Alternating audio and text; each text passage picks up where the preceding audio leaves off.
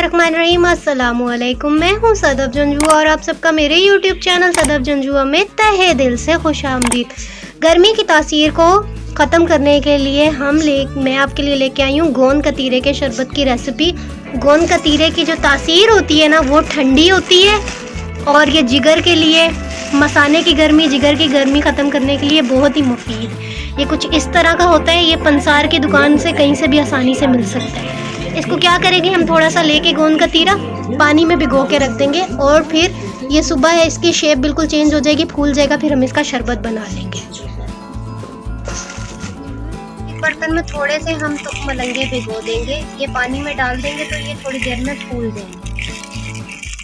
मलंगे डाल के हमने पानी डाल दिया, इसे थोड़ी देर भिगो के रखेंगे तो ये फूल जाएंगे। हमने रात में भिगो के रखा था गोंद कतीरा। अब इसकी लुक देखें, जेली की तरह और क्रश आइस नहीं होती उसकी तरह बिल्कुल लुक हो गई है। तो आज हम गोंद कतीरे का शरबत बना रहे हैं। बोतल ले ली है, इसमें हम अपना शरबत बनाएंगे। अब इसमें डालेंगे हम शक्कर। 8 टीस्पून इसमें 2 गिलास के लिए शक्कर डाल दिए। 1 गिलास के लिए 4 चमचे, 1 गिलास के लिए 4 चमचे। मैं 2 गिलास शरबत बना रही हूँ, तो आप अपनी मर्ज़ी से मीठा कम या ज़्यादा कर सकते हैं। शक्कर बेस्ट है शरबत के लिए। शक्कर डालने के बाद इसमें हम पानी ऐड करेंगे।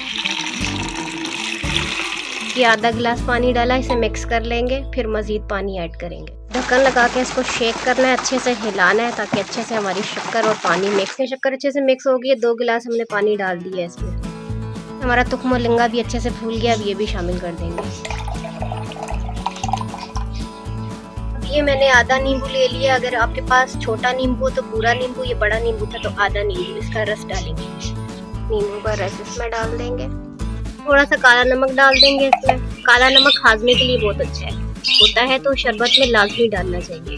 जो गोंद कतीरा रात को भिगो के रखा था, जो अच्छे से फूल चुका है, वो डाल देंगे। बिल्कुल ऐसे लग रहा है जैसे क्रश आइस हो। शरबत में हमने गोंद कतीरा डाल दिया और थोड़ा सा हमने बचा लिया। तो ये हमारा गोंद कतीरे का शरबत तैयार है। अब हम इसे एक मिट्टी के प्याले में बर्फ़ डाली, इसमें आपको सर्व करके दिखाती हूँ। बर्फ़ डाल के हमने शरबत डाल दिया। थोड़ा सा बचा हुआ गोंद कतीरा था, ये भी इसमें शामिल कर देंगे ऊपर से। तो लें जी, हमारा मज़ेदार गोंद कतीरे का शरबत बन के तैयार है, जिसकी तासीर बहुत ठंडी होती है और गर्मी में बहुत मुफीद होता है आपके मैदे के लिए, जिगर के लिए।